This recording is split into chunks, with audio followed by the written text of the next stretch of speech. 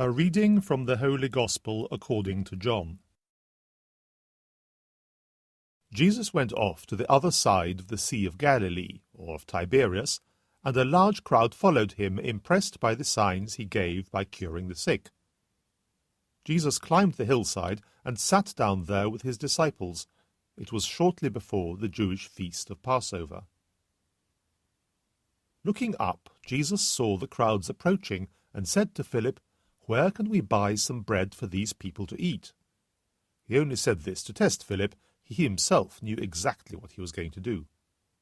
Philip answered, 200 denarii would only buy enough to give them a small piece each.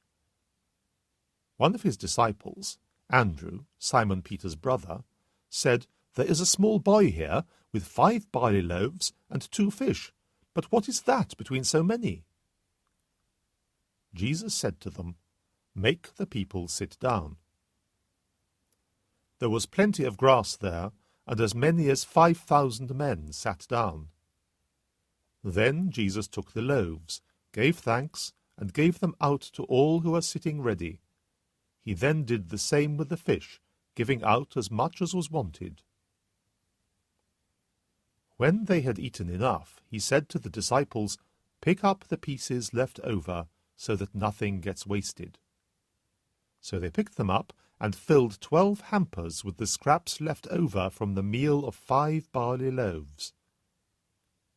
The people, seeing this sign that he had given, said, "This really is the prophet who is to come into the world." Jesus, who could see they were about to come and take him by force and make him king, escaped back to the hills by himself. The Gospel of the Lord.